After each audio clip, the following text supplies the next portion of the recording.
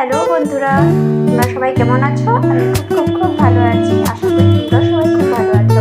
দেখো আজকে আমি কি বানাবো, একটা নতুন রেসিপি নিয়ে চলে আসছি তোমাদের কাছে।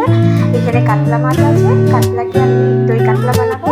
আর এখানে রয়েছে কাজু বাদাম আর পোস্ত আর মৌরি, এই তিনটা জিনিস আমি ভিজিয়ে রেখেছি। এটাকে পেস্ট করব, তারপরে আমি বানাবো। ঠিক আছে, তো তোমরা আমার সাথে থাকো আর দেখো কিভাবে আমি রেসিপিটা বানাই। মেরিনেট করবো এখন। এখানে হলুদ দিচ্ছি, বেশি করে দেবো। লবণ আছে, এই দেখো নুন দিচ্ছি ভাজার জন্য পরিমাণ মতো, কতটুকু দিবে দেখে নিও। এখানে আমি পেঁয়াজ কেটে রেখেছি, আর এখানে আছে আদা রসুন কাঁচা লঙ্কা। এটাকে এখন আমি পেস্ট করে নিব। ঠিক আছে, তোমরা দেখো।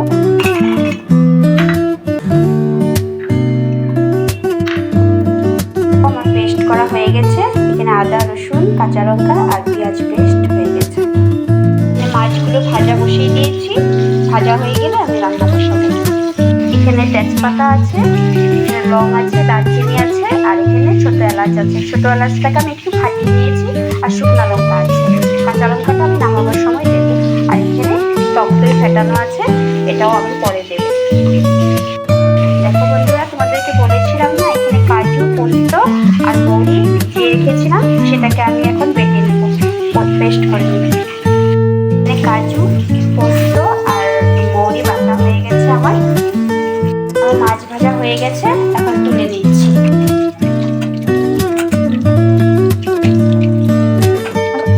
আমার মাছ ভাজা হয়ে গেছে সব।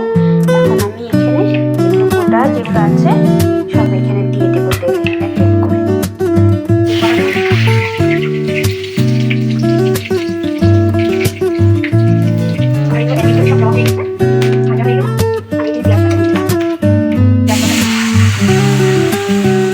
দেখো এখানে কিছু বেশি কিছু দিতে হবে না, জাস্ট একটু হলুদ গুঁড়ো দিব,